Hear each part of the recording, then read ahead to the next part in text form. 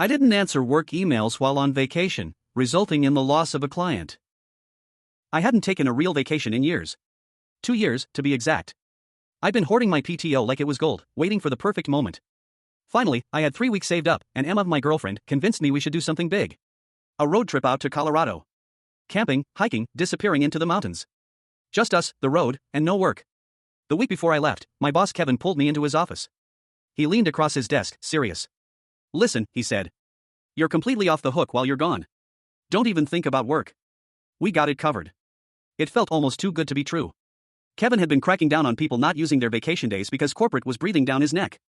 I set my out-of-office message, bold and clear: I will be completely unreachable until, date. For urgent matters, contact Kevin. Done. Day 1, Emma and I are cruising through Kansas when my phone starts lighting up like a Christmas tree. Emails, notifications, buzzing nonstop. My reflex was to check, but Emma snatched it out of my hand. "Don't you dare," she said. "This is our time." So I shoved it into the glove compartment. Out of sight, out of mind. The next week was heaven. Rocky Mountain National Park. No cell service. 6-hour hikes up to glassy lakes. Elk walking through our campsite like they owned the place. S'mores by the fire every night. For the first time in forever, my brain wasn't running on caffeine and panic. I felt human again. Then, we came back. Civilization. I turned my phone on. 47 missed calls. 68 emails. Texts from coworkers, from Kevin, from numbers I didn't even recognize. My chest tightened. Something was wrong. Turns out, our biggest client, the one that made up 30% of our annual revenue, had emailed me personally. Day 2 of my trip. They wanted major changes to their campaign, tied to a product launch.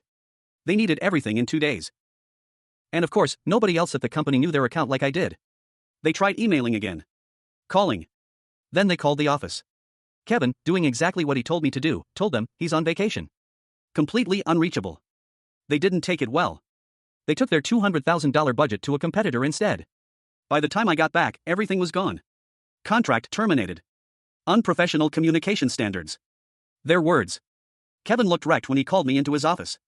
He had dark circles under his eyes, like he hadn't slept in a week. He shut the door, sat down, and rubbed his temples. "I'm really sorry, man," he said. His voice cracked a little. "But I have to let you go. The client specifically said your silence was the final straw." It was like getting punched in the chest. I tried to explain. The vacation policy. His own words.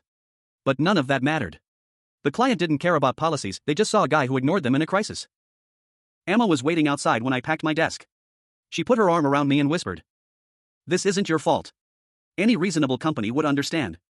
But the office was silent, heavy. Everyone knew. And nobody could look me in the eye.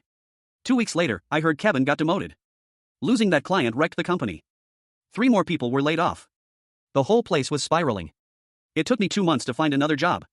Less pay, fewer benefits. The kind of job that makes you swallow your pride just to pay rent. And sometimes, when I can't sleep, I think about that moment in the car when my phone buzzed in the glove compartment. I wonder if my entire life unraveled in that exact second.